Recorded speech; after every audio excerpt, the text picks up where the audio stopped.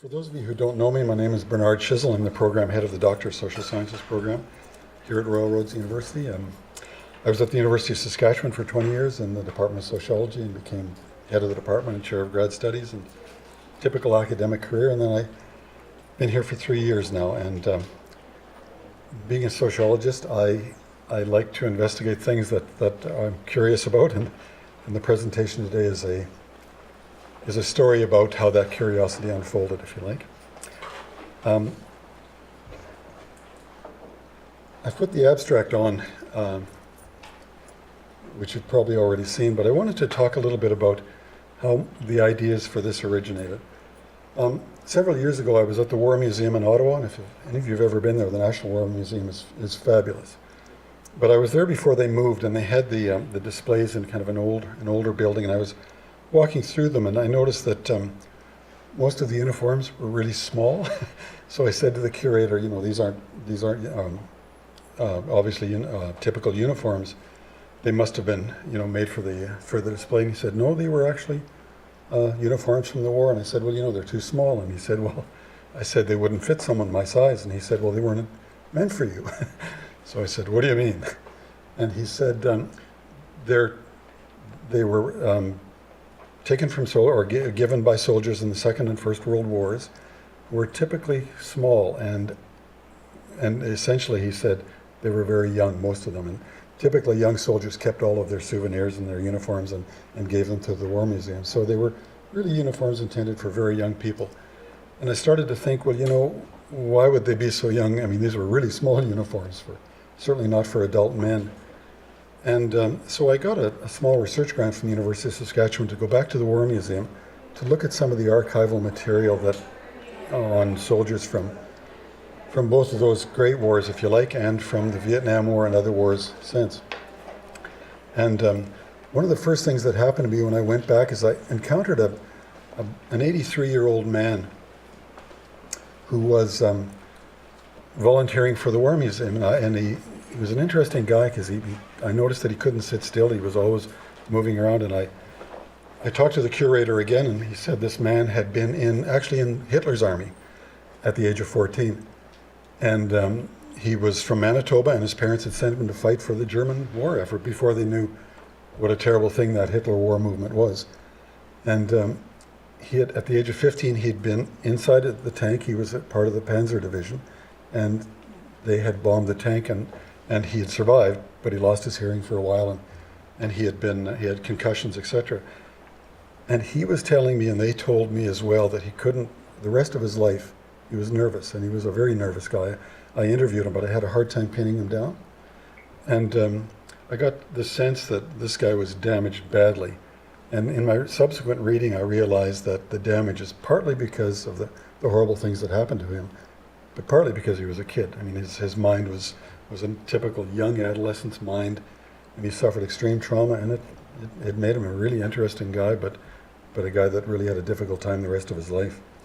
Interestingly, it took him, he lived in Canada after he escaped from Germany when he was 17, and ended up back in Canada, and he was 73 before he could go to the Legion, which is not relevant to the story, but just an interesting aside to his life. The third thing that's happened just recently is I interviewed a potential doctoral student here, and she had just been to see her grandfather on the island. He had been recruited, or he actually was volunteered for the Second World War when he was 15, and he got through. He lied about his age, and they weren't checking terribly closely in certain recruiting offices in Canada, and this was in the Maritimes. He got to France, and he had just turned 16, and they found out how old he was, and they sent him back to the Maritimes, and he went to another recruiting office and got recruited again at the age of 16, and was serving in France at 16 and a half.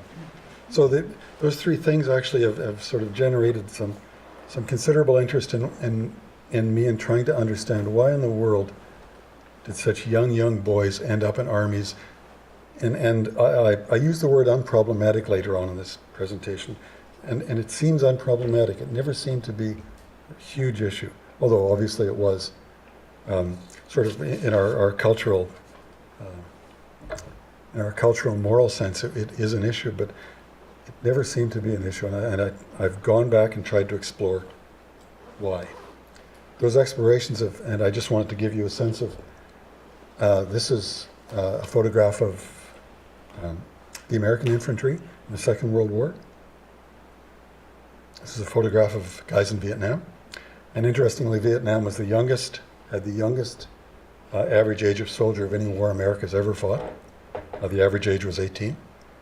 And there is a Canadian, the center lad there is a Canadian, and the other two are British. It's an interesting book, by the way. It's one of the books that I've been looking at. It gives you a sense of how terribly young they were, and there are lots of pictures about kids that didn't shave and weren't really, prepared to be adult soldiers. So the question is, who were they? And I wanted to give you this just to give you a sense of what it's really like. I mean, what it was probably like, I'm sure, but as you read this, the American army in northern France in the last 6 months of World War II was primarily 17, 18, and 19-year-old boys, and I'll just let you read that for a minute.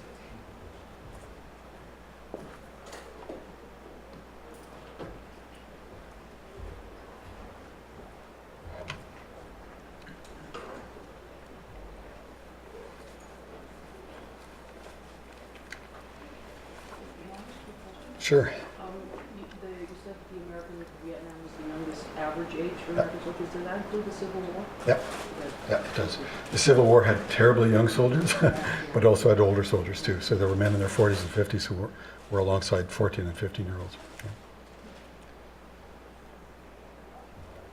I wanted to show you this quote too, because this is the essence of what I'm doing. I'm studying letters and diaries from the First and Second World War, and from the Vietnam War, and from the Korean War, and subsequent wars, but mostly from the First and Second and the Vietnam Wars, and how terribly, terribly important letters were to the survival of especially young men, young boys. As he describes it, they were the bridge between Vietnam and America at that time. This was written by a young lieutenant. The most important thing was to write. That's his statement. The statement was written by a young lieutenant. He was 20 years old. He was in charge of a platoon of, I think, 18 or 19. He was the youngest. He was the oldest by far in that platoon. He was giving girlfriend advice to 17 and 18 and 19-year-olds. And he wrote this letter to his unborn daughter. He wasn't married, and he didn't have a girlfriend. And he talks about the fact that a lot of the survival in Vietnam was based on writing. It didn't matter who they wrote to, as long as they were writing. So he was writing letters to his future daughter, and it was important to his mental health. There's a huge amount of letters written about Vietnam, Second and First World War as well, but Vietnam seems to be the war where the actual letter became the vehicle for sort of psychological survival. So what I've looked at are these letters and diaries, connecting young boys to home as soldiers. And the letters tell what was said, but they also tell what was not said, and they're really interesting about what they omit, and I'll get to that as we go through them. But the letters from World War I are interesting. They're very well written. Is Karen Charlotte here? Oh, Karen. Karen is, I should acknowledge Karen. Karen's helped me through this quest, and she's read along with a lot of the things that I've read, and has read more than I've read. And she's given me some pretty sound advice. We found, for example, that at least in my reading of the World War I letters, they're very well written and very romanticized. They're almost like philosophical diatribes written by these young guys. There were 20,000 soldiers under 18 in World War II on the Allied side at any one point in time. And the letters are very well written, and they're full of bravado and patriotism and bravery. World War II is a little bit different. The letters are more factual. They're not quite as well written. They're not as philosophical. They're more about, please send things to me. I need these things. And so they're really about, we need your help, sending things to help us survive. They're very patriotic. They're very full of bravado as well, too. They, like the letters and diaries from the First World War, the letters especially, are written primarily to mothers. We find that very often, that the mothers are the audience for the letters, and the mothers are the responders to the letters. I'm sorry, I should just talk about Vietnam for a little bit. Vietnam, as I said, the average age was 19. The letters were a lifeline to home. The letters are hard to read from Vietnam, especially towards the end of the war. Soldiers abandoned their patriotism and started to buy into what America was saying about the war. They wrote some horrific things about what was going on. But up until that point, they were much like the letters from the first two wars. They were to their mothers primarily. They were very patriotic letters. The other thing that I did about Vietnam is I looked at letters from nurses. The average age of a nurse in Vietnam was 21. They were all women nurses. Their letters tell a different story than the letters from the boy soldiers. And I'll get to that in a few minutes, but the nurses were not philosophical. They were critical. They talked about the terrible, terrible physical and psychological damage. They were uncensored letters. The nurses' letters are probably the most profound understanding of the war. How did those letters pass into the public domain? Mostly because people have written about them. I mean, there's a war archives in Washington that's very good, but those letters didn't get there. The letters are mostly written in compilations of letters and diaries written by other people. Some doctoral dissertations, but mostly collections of letters written by other people. And it probably took 20 years for them to get into popular culture. It was that long before people were willing to accept that those kinds of criticisms were valid. The contemporary conflicts are interesting as well too. Communication has changed from Iraq and Afghanistan and places like that. Communication is immediate. It's out there in the world, and I think there's a type of self-censoring going on now in letters. They're not hard copy letters anymore.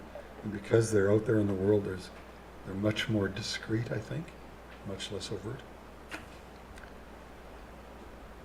So the historical reading of boy soldiers.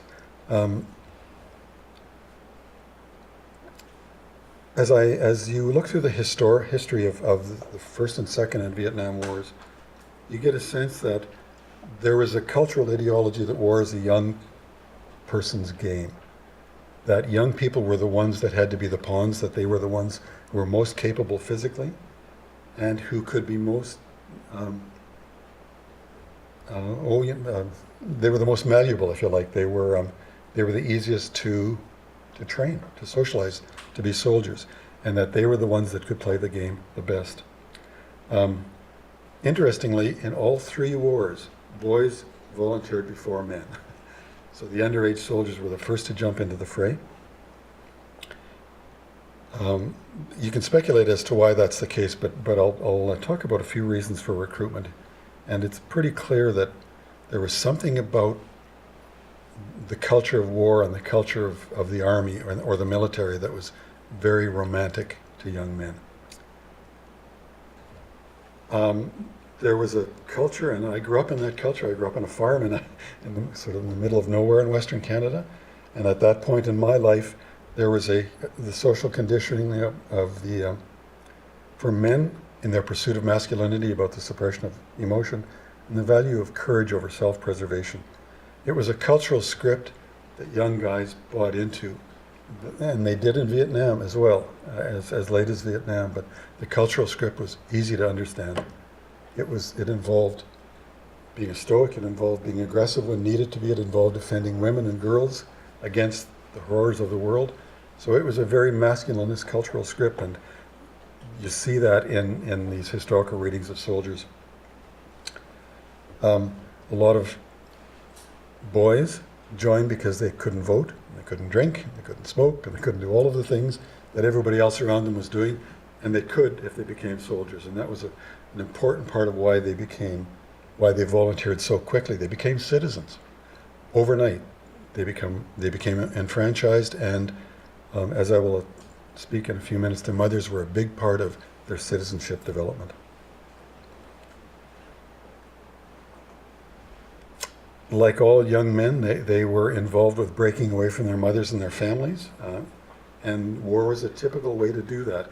And if you grew up in a farm in the middle of nowhere like I did, you were pretty isolated and pretty alone, and it was pretty easy to want to get away from that. If the war provided the vehicle to do that, then you jumped at it. And it was a very common way for young men to break away from familial ties. And they had the help of their communities, and they had the help of their families in doing that. Recruitment in those three wars specifically had a lot to do with young guys' understanding of the development of their own physicality and their own masculinity. They were offered physical perfection. There's a wonderful book by Joanna Bork called Dismembering the Male, Men's Bodies, Britain and the Great War. She spends 400 pages describing how the armies and the culture of the military came to understand the importance of the young male body and how young men bought into physical perfection as an ideal, and it was a way of recruitment. The metaphor of the sports, it's actually more than a metaphor, it's probably quite aligned with military conscription, but sports does that as well too. It's about the perfection of the ideal body. A lot of young men, and especially in Vietnam, but certainly you see it in the first two great wars, the need to earn money for the family. As I said, young boys are trying to be citizens. Their fathers were the breadwinners primarily. They were trying to give back, and their understanding of their own masculinity had very much to do with becoming breadwinners, and most often denied that till they got into the army. Obviously the notion of adventure, and Karen and I have talked about this, but there's an amazing sense of, we're going to go see something really exciting. It's like traveling the world. We're going to go out and see things, and it's going to make us better people, and we'll be in this great adventure. And the adventures weren't great. I mean, clearly they were horrific things, but a big part of going out there in the world was this sense of adventure. Just going back to the idea of breadwinning, it wasn't. I should have mentioned too that especially in Vietnam, young boys went because they didn't want to be burdens on poor families, and that happened in the first two wars as well. Farm boys didn't. There were another mouth to feed, so this was a place where they could go where they wouldn't be a burden, and where they could give money back as well. Young recruits today, it's different, and a lot of the literature about why young men and women go into the armies today, or the military today, come mostly from America. And it's an interesting sort of intellectual phenomenon, I suppose, that American scholars are really trying to figure out why people volunteer for armies. Some of that funding comes from the War Departments itself, which is interesting, but anyway, the recruiting issue is different today. I mean, the armies are different today. Certainly the Canadian Army is different from the American Army as well. It's more of a peacekeeping army. It's more of a mentoring army, but even in America, there's a strong sense that the Army today will educate you. It will give you the education that you can't afford.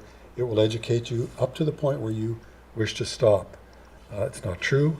It happens in some cases, but there's a very strong sense in young recruits that they will get an education and obviously get employed at the end of that. A lot of recruits in America are from non-intact families.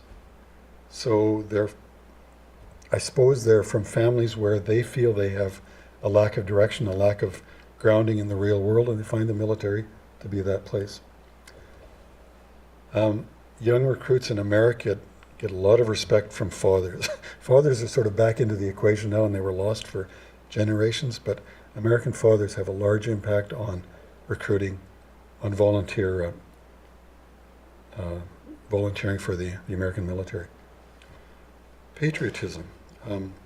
Especially visible minorities in America join the military out of patriotic reasons, or at least out of overt displays of patriotism.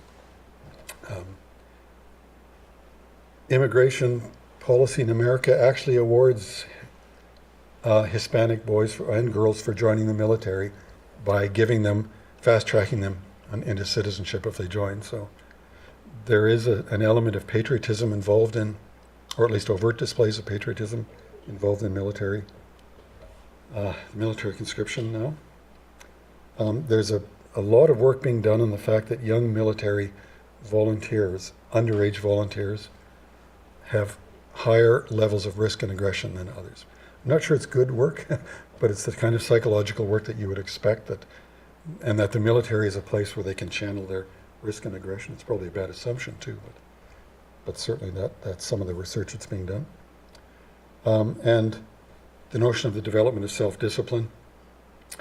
You get a lot of young recruits who feel, and I don't know why they feel this, but I think it has to do with American popular culture, that they feel they're not adequate, and that somehow the military will give them a sense of adequacy that they can't find anywhere else in the world. There is a strong, and this wasn't the case in the past, but it's the case now in conscription that, in voluntary armies, that religion has a role to play.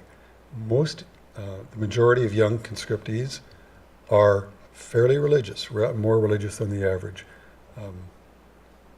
for whatever reason. Do you mean Christian? Probably in America, yeah. And the quest for athleticism, this is huge still. The ethos of the ideal male in football is probably it. I mean, football is like a bit like it's actually contracted a lot like a military maneuver. I mean, you move down the field against the enemy. Well, a lot of young men and women go into the military now to perfect themselves. You rarely get, in American military, you rarely get highly efficient and good athletes in the military. You get the poor athletes who want to become good athletes. Interesting research. It's interesting intellectually, but I'm sure that recruiters like to know this as well.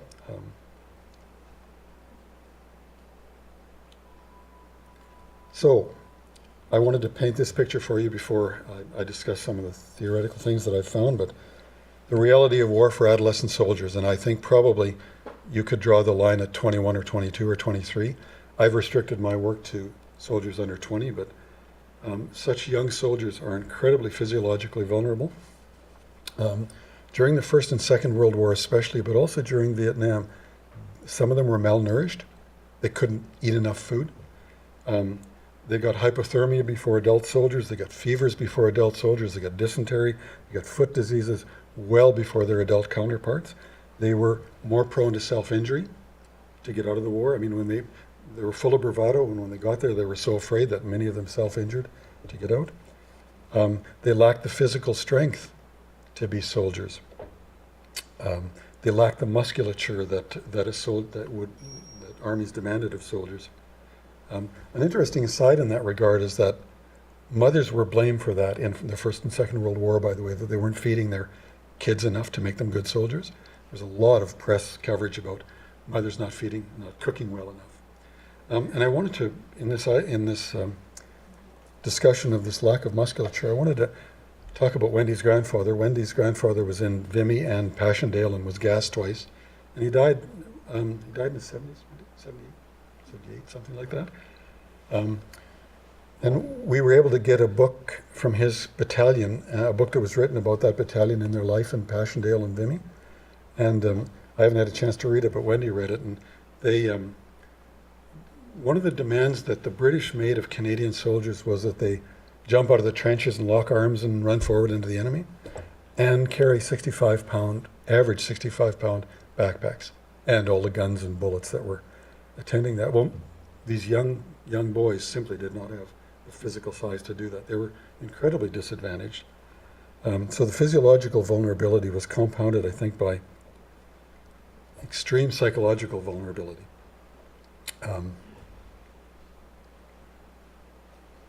Think about when you were a teenager and the types of things that you saw and as a typical teenager you're pretty volatile.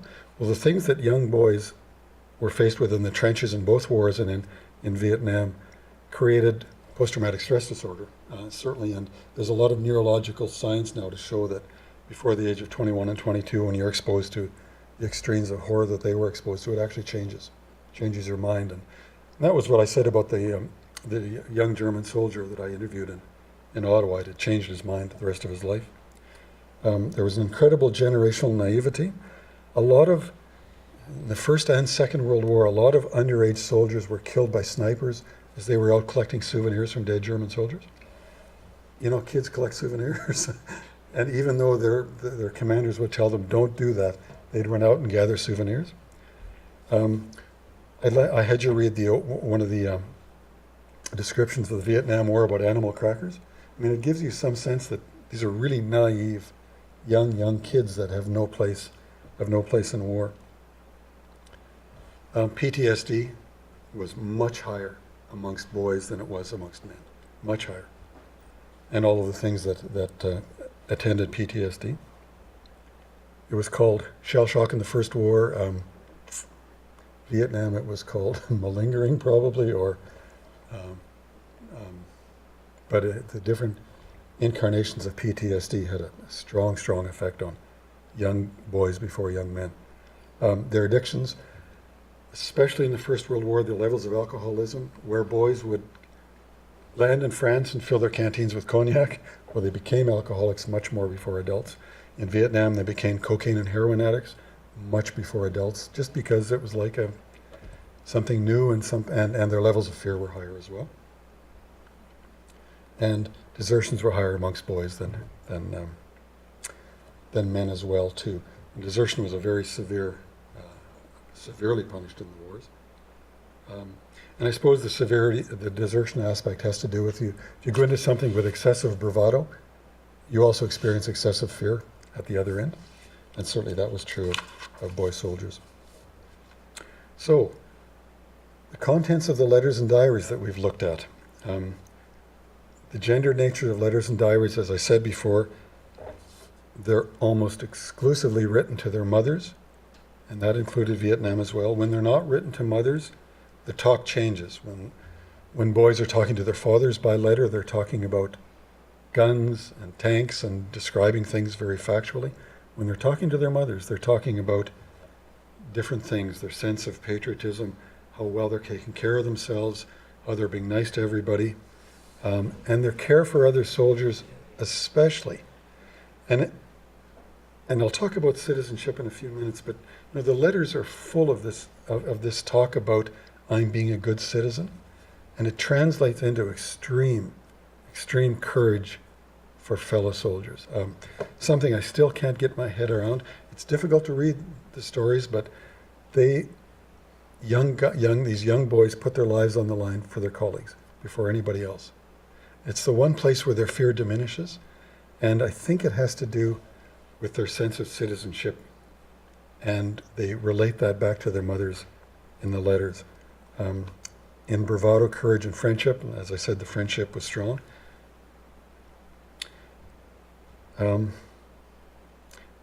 This too, and I think this was contrived, you get a sense that this unwavering benevolence and optimism was for their mother's audience. Because in Vietnam especially, when they wrote their male friends or their female friends of the same age, or even their fathers, the talk changed. Then they started to talk about this is the hell I'm living through. But this unwavering benevolence and optimism was restricted for the mother's audience in all three wars. The physical body, the nutrition and physical needs, it's fairly common in letters to mothers.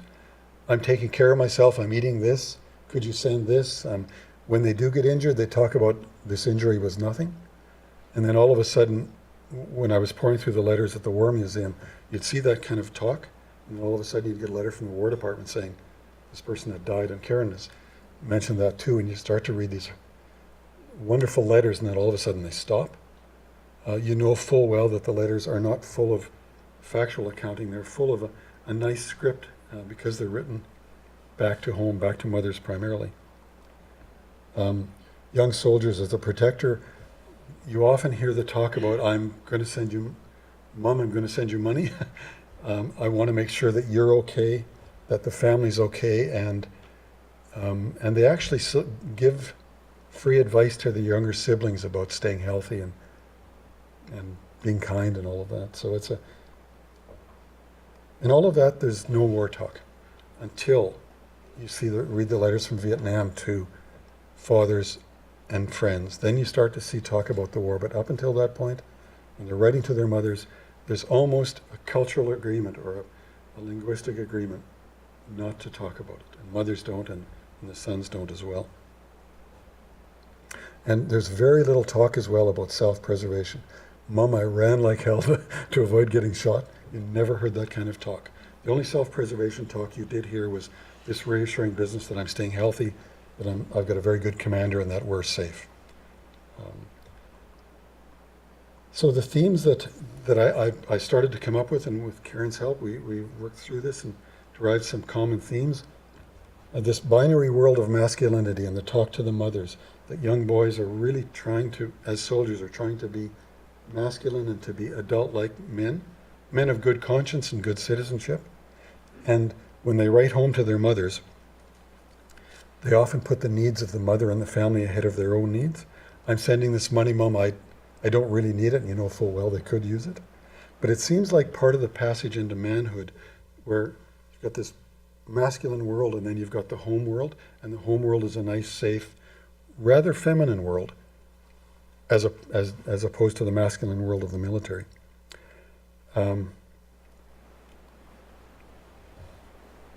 This is an interesting theme that you see through all wars, the invulnerability of young soldiers, especially as they express it to their mothers.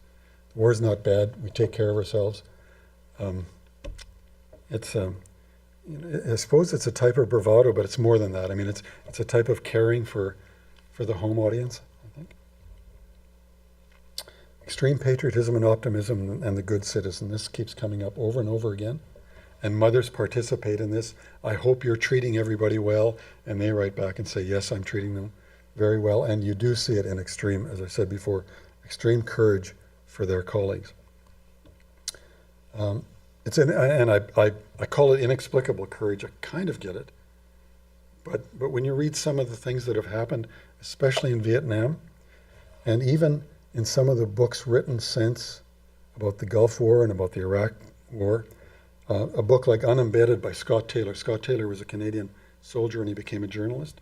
Scott has written about his 20 years covering wars, and he talks about young guys, teenage guys being so incredibly brave, but only for their colleagues. And I'm not sure he explains it very well, and I actually find it still a bit inexplicable. The unspoken linguistic agreement not to talk about war. It's there, it's pretty common. It does change, as I said, in Vietnam, but it certainly is part of the cultural script of talking about war.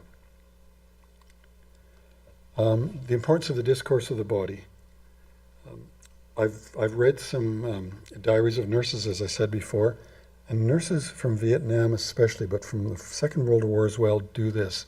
When they write the letters home, they write about body parts almost.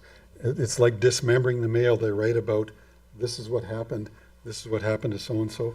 And when they write through their diaries about how they managed all the horror that they saw in young boys younger than a lot of their brothers, they talk about, we treated them as arms and legs and gunshot wounds and all of that. So they really sort of divorced themselves from the reality of the complete person. And this discourse of the body, the military co-opted it as well too. Joanna Burke's work talks about how the British military especially focused on the body of the male as the place where you could achieve perfection, not the psychology, but the body of the male. And it's very much attached to our notions of sports and its connection to military. And the discourse of the body is a theme that I think needs to be explored more in this work. And the other theme about breaking the mother-son bond. It's a really interesting phenomenon that it's a kind and gentle way for young men to break away from their mothers without saying, I'm leaving. So, the theoretical understandings, and this is the for me, the important part of this, and it's where I would love feedback from anybody who's interested. How do you understand all of this stuff that we've worked through, and we're in the very early throes of working through it? One of the things that seems to be there is the dialectics of patriotism. Young boys were very courageous, very patriotic. We're going to defend Canada. We're going to defend America. We're going to defend the Allies. And then they got to war, and the state couldn't protect them. And they knew it in the trenches. What I described before about the experiences of Wendy's grandfather and that trench warfare, they knew full well the state could not protect them. And their patriotism was put to task. And it's a dialectical relationship between, I need to do this for my country, and wow, what in the hell's happened when I got here? It was very common in Vietnam. Young Vietnam guys, in their letters to their friends, talk about the fact that what we're doing here is not productive, and there's nothing I can do to get out of it other than to injure myself, or defect, or desert. The dialectics of fear and courage for the other, the paradox of innocence. You would think that the fear-flight response is so embedded in us that it would be a natural thing to run in the face of that extreme fear. And yet yet the care for comrades and colleagues seems to have trumped that fear response. And it was much more common for young soldiers than older soldiers to overcome their fear for their colleagues. The kinds of bravery that are chronicled, where young guys are acknowledged for their bravery, it happened much more for younger than older soldiers. I call it the paradox of innocence. That has a bit of a negative connotation to it, but it's like the innocence of, well, I'll leave it at that. I'll call it the paradox of innocence and leave you to ponder through that with me. The theoretical standings, the dialectics of child rearing. Mothers, in the literature you get a lot of mother blaming. And in fact, when you read what happened during the war about the statements made by mothers, you get a sense of, what were they thinking? And yet, when I started to put the letters together with the situations at home, mothers were given the role of citizenship training. I expect that they still are, that their role, especially in wartime when fathers are somewhere else, they're in factories, they're in farms, they're in the armies, they're away, mothers are given that role to train good citizens. And in that role then, they became a good mother at one point and a good patriot at another point, and those were diametrically opposed situations. The good mother's role was to protect the child at all costs. The good patriotic mother was to make sure that the sons were citizens. And to be citizens in wartime, you had to send your kids off to war. So they were caught in this incredible dialectic relationship with themselves as child rearers. And think about growing up in a small town like I grew up in. During a wartime, if you didn't send your kids off to war and you had 7 or 8 kids like my parents did, you had other kids who would suffer because of the reputation of your family. You almost couldn't do it. You almost couldn't keep your kids out of harm's way because you had 6 or 7 kids yet to come who would suffer the stigma of being a family of malingerers. And it's true of small towns. They're very welcoming in some ways, but they can be very, very, very, very imprisoning in other ways. And that was the context in which mothers lived in both wars, and certainly I think that's true in Vietnam as well, at least at the start of the war. The dialectics of masculinity.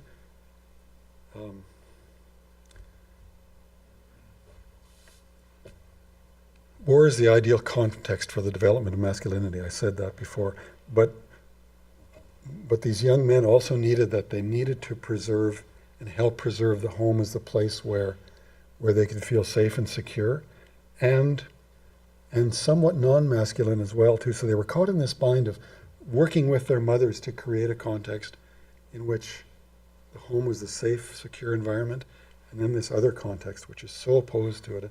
And it creates a considerable amount, as well as a paradox for young men and young women in the military now, and it creates, I think, an incredible amount of anxiety. The importance of the discourse of the body.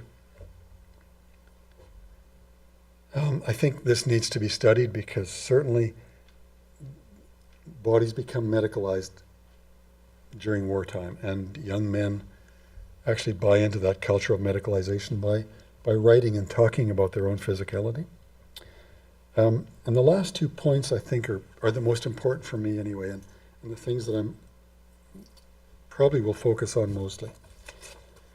The dialectics of motherhood, the cult of the motherhood, and the role of the good son. The patriotic mother versus a protective mother. You see both archetypes in war. Let me read you a couple of excerpts from, and these were during the Second World War in the American press, and these were comments by mothers to the American press. A Madison, Wisconsin mother said, "Would that I had 10, I would give them all. 100 sons to give to the cause of democracy." For example, the mother of an only son envied another mother whose only son would be at the front before her son. Comments from mothers about true love sacrifices and does not count the cost. But mothers became actively involved in the slacker movement too. There is no room for slackers in the American military. One mother said she'd be happier to have a son dead in France, sleeping in a soldier's grave beyond the sea, than to have him alive and safe, shirking his duty in the bulletproof job at home. We encouraged him to enlist. Somebody has to go to war. Somebody has to be killed and captured. We aren't shirking our duties. One of the interesting things about that point in time was that mothers became involved in the recruiting movement, actively involved in the recruiting movement. And the white flower movement was a movement that the white feather movement, White feathers became the symbol of cowardice. And in Britain and in Canada, mothers and young girls would walk around passing out white flowers to men and boys who were not in the military during the wars. It actually happened in Vietnam too. There was a bit of a white feather movement in Vietnam. But mothers actively became involved in that. And it's interesting that the feminist movement and the suffragette movement became part of it. And Wendy and I had mentioned this to me too, that during the First World War, the suffragette movement was developing. Our suffrage was 1918, I think Britain's was 1918, America's was 1920. At the same time that mothers were fighting for the vote through a feminist lobby, they were also active participants in recruiting men into the military. And it really made me realize that motherhood at that time was a very dialectical thing. The notion that you have to protect your children, but the only way that you could protect your children was by making sure that you were a good patriot and that they were seen to be good patriots. Because the state could be very heavy-handed in making a non-patriot's or assumed non-patriot's life hell.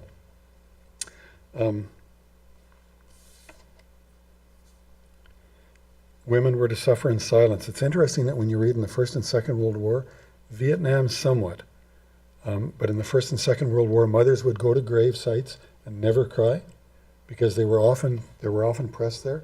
There was a sort of national cultural movement to make sure that mothers suffered in silence because it was bad for morale if they didn't. And mothers were very, very willing to do that in their role as the patriotic mother.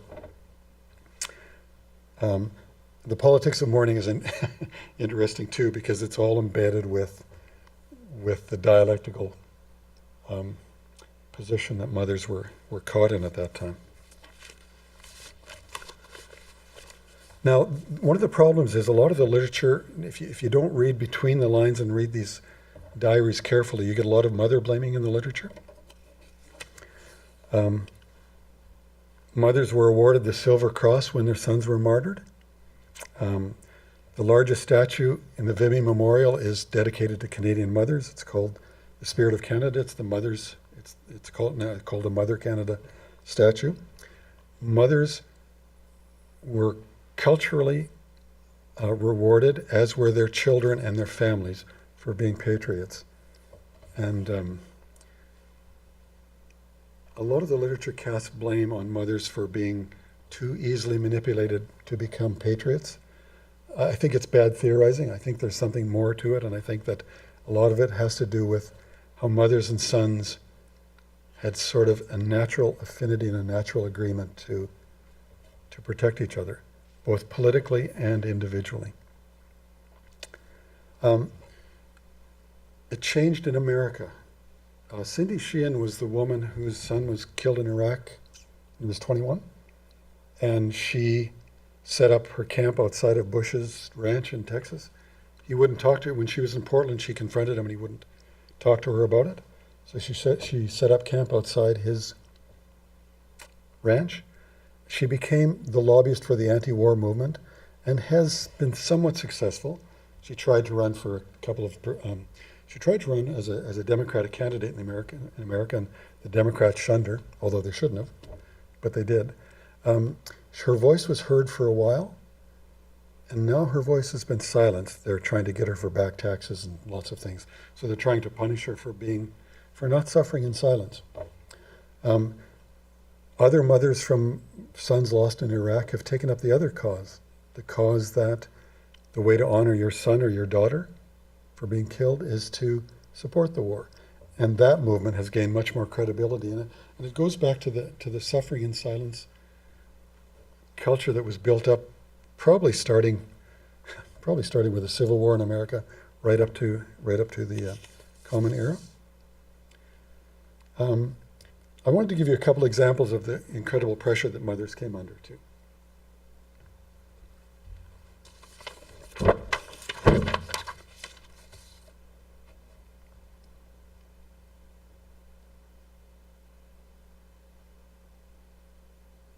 A strong lobby to have mothers recruit sons and husbands.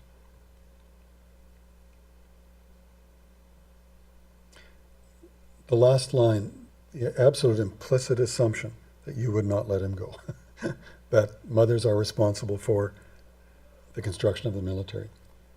And this in America.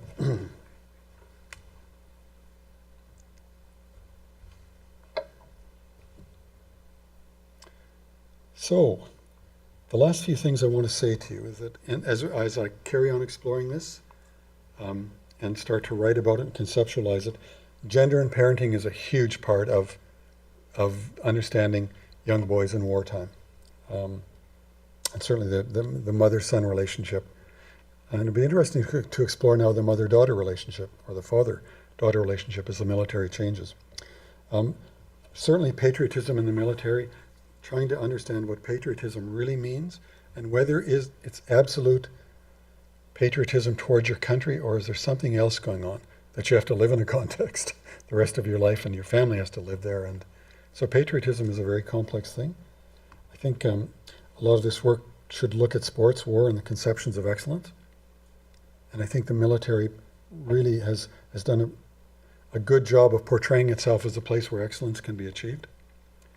I think the military is going to change dramatically as Canadian forces become more peacekeeping and peacemaking. There's a lot more mentoring going on than there ever was in the wars. There was almost no mentoring, by the way, in the 3 wars that I've looked at. Young boys went off to France and they jumped into the trenches. In Vietnam, the first thing they did when they got to Vietnam was smoke marijuana or find a drug dealer, and then they would go into the fray. So I mean, they were absolutely unmentored except for boot camp. And I think one of the ways of exploring this is to look at people's narratives. You can look at the historical accounts that have been made to date, and they're interesting, but I think embedded in the way people actually talked at that time and in the current world, I think that's where the real secrets lie in all of this. So I will stop there, and I'd like to ask her any questions that you may have about any of this. Cindy. One of the things I think is most important is the thing where the kids thought they were going to miss something. My dad was 17. Don't even know if he was 17 when he lied about his age. Went down there and told them he was 18, and he wanted to be in the Air Force. He was a tail gunner in the Second World War, and I asked him why, and he said, I was going to miss something exciting, and he said, and that's why he went. And I asked him if he got anything exciting when he went over there, and he usually always joked. He'd say, "Oh, I didn't." He says, "I closed my eyes," or I would put up a sign that said, "If you don't shoot me, I won't shoot you." But I think that he said that all his friends who were the same age, that's what they were missing. They really were going because they're from small towns, they're from like I said, he was from a farm, and they were going to miss the Yeah. excitement. Yeah, adventure is a big part of it, Cindy. Well, I suppose I'm interested. I mean, I taught the military for 4 years in the UK, and I'm interested not to throw out very important values whilst we challenge very important problems. And so I think one of the things I'd like to apply, that I've applied whilst you've been talking to your work, is that a sense that we live in an age where we find it difficult to believe in anything. You know, people have a great deal of incredulity to people who commit for lifelong commitments. You know, we know that young men are, you know, not marrying nowadays, that even the Pope resigns. So we live in an age where, you know, that there is is understood to be a problem as well as the problems that it then creates. And I think we need to be very cautious when we apply contemporary sensitivities to past cultures. So, you know, even the religious today are presented, you know, we're so incredulous that people can believe anything. That people of a religious bent, even if they're no more fervently religious than people in the past, are labelled as fundamentalists or fanatics. And actually, when you look at them, they're not doing anything particularly outrageous in the terms of their own framework. So I just wanted to add a bit of balance there, that maybe those young people valued courage over self-preservation. Do we now live in an age where self-absorption, you only need to go to any bookshop and see the number of books that have got the word self in the title to see that they outnumber science books 3 to 1. Okay, that, you know, we're in danger of throwing out some very important cultural values that hold society together. You know, belief, loyalty, courage, and commitment. I think, I still like to think, are admirable values. That whilst we can oppose war, we need to be careful not to pathologize everything about it. I'm sorry it was so rambling. No, Bill, actually, it's an interesting comment. I think that this is the kind of work that doesn't do that. When you look at a fairly expansive historical period like the first 2 wars in Vietnam, you can find embedded in those letters sort of a cultural similarity that I think transcends the historical period. And embedded in that, and I expect you can find that in the modern military too, embedded in that is a type of courage, a type of comradeship that's pretty universal. It's actually, in some ways, Bill, it's actually quite optimistic, I think, and that it's not condemnatory at all. It's about, and what I'm trying to figure out is how that kind of universal, what might be a universal, an ethos, if you like, amongst young soldiers comes to be across, despite historical period. I actually find it quite optimistic, really. Yeah. They always fight for their mates before Queen and country. And I don't know why. I mean, is that a childhood quality? Or is that a human quality? I mean, I guess that's... And what has that to do with making sure that mothers, and fathers too, but mothers primarily understand that you're being a good person? Can I just add one little thing? Yep. Because of your constant use of the word masculinity, which is, I think we need to be cautious not to purely attach values such as courage and, you know, willpower and things like that with masculinity per se. You know, the best women I know are courageous, loyal, committed, you know, passionate about things. You know, and I think sometimes there's a false caricature in the literature between feminine values and masculine values, and I don't actually necessarily think masculinity is male and femininity is female. You know, I think we need to separate the sex from the values. Well, of course, courage is something that certainly has probably has very little gender association, but I guess I should have footnoted all of this by saying self-perceptions, or their self-perceptions of courage. I used courage when I talked about their understanding of their comrades and their care for colleagues. Yeah, that's my perception of courage, but mostly it's about their self-perception of courage. I think also it's really important to look at not just the concept of personal narrative, but to take a look at both cultural and historical narrative. Because I see that you have focus particularly on 20th century Right, wars. right. And yet, so much of what you talked about, courage over self-preservation, masculinity and physical perfection, minority recruits, but the quest for athleticism and the altruism that comes from people in combat together, those are definitions of masculinity, and it's only relative in this point because previously very few women were ever on the Right, scene. Those are attributes of masculinity which were born, well, I mean, you can start with Sparta, but they certainly were represented in the Roman Empire, and probably long before that. I think it's important to recognize that all of these issues are issues that have been, what have, in the historical narrative, literally spoken to what the very nature of masculinity is. And I think that it's not terribly surprising to myself, I'm a cultural historian, it's not terribly surprising to myself that you get these acts of extraordinary courage, particularly towards one's mates on the field, because that is absolutely integral to the creation of the masculine identity basically in the world scene. If you take a look at that song by Dire Straits, Brothers in Arms, it's just touching, and yet it has a resonance to it that speaks to the entire history of military progress and battlefield. Yeah, well said. It's just an interesting anecdote to that. When you do look at the letters from Vietnam from nurses, they were probably as brave with their colleagues as the men, as the young boys. So certainly it doesn't know, I mean, it transcends sex, I think. Yeah, anyway, there was another question. Or? I have a couple of questions. The first one, you clearly identified factors for the way in the Army. Do you have any Sorry, data on the other point? Do you know, I must apologize, mostly infantry, yes. Yeah, most of these letters are from the ground forces, and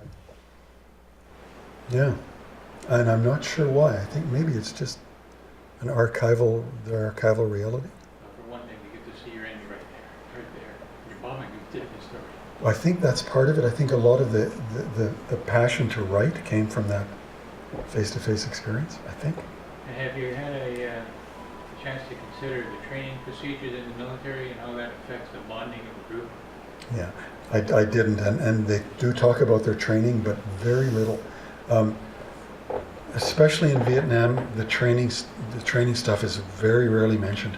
I don't think the training was very good because the recruitment was so immediate. I'm sure in the World War I and II and Korea, the training was about bonding, probably more so. The culture of the group. Yeah. Okay. Vernon, in the First and Second World War, they would be on ships too, being sent from Right. Canada to Europe. So there was that time when they were on the ships as well. That would contribute to the bonding. That's right. Yeah, good point. If I could add, I've got 22 years in the military, retired now. Sure. But when you talk about that concept of having courage for your comrade, to me, when I look at that, I have a hard time understanding what the opposite of that would be. That's an interesting point. Fear and to be afraid and then flee. I guess what I'm trying to say is, for me, it's foreign to consider that everybody doesn't have that same thing, despite being military or not. Whether it be your friends, civilian friends, or wherever, or just people here, right? It seems foreign to me that somebody would not, regardless of background, have that sort of bravery for their comrades. It's never tested the way we live now, is it? I mean, the only test you ever get of that, and it's in its extreme, is during wartime.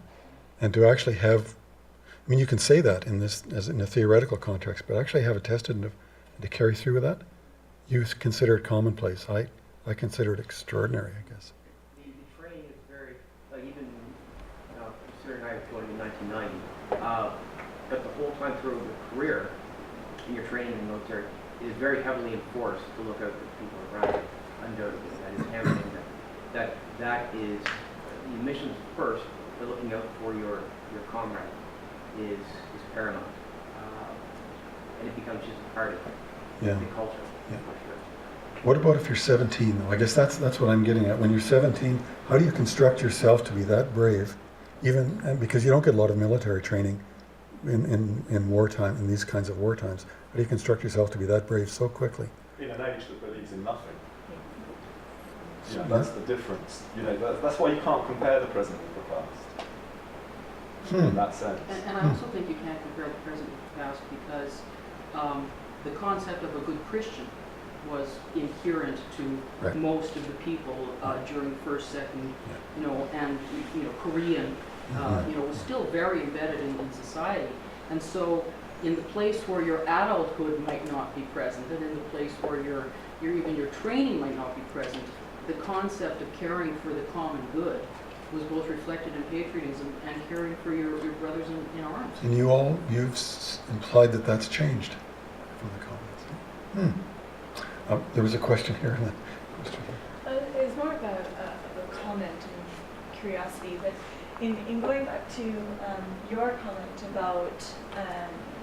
about what would be the opposite, I'm just wondering out of curiosity, has there maybe been any studies done on, I guess, civilian populations in times of crises, for example, like natural disasters or like with 9/11, or with things where people's lives have been endangered, and looking at the responses of how civilians and people in those situations are working? Are they helping their coworkers and fellow classmates during, you know, a tornado hitting the school or something, or is it the flight response, which is we're assuming is the opposite?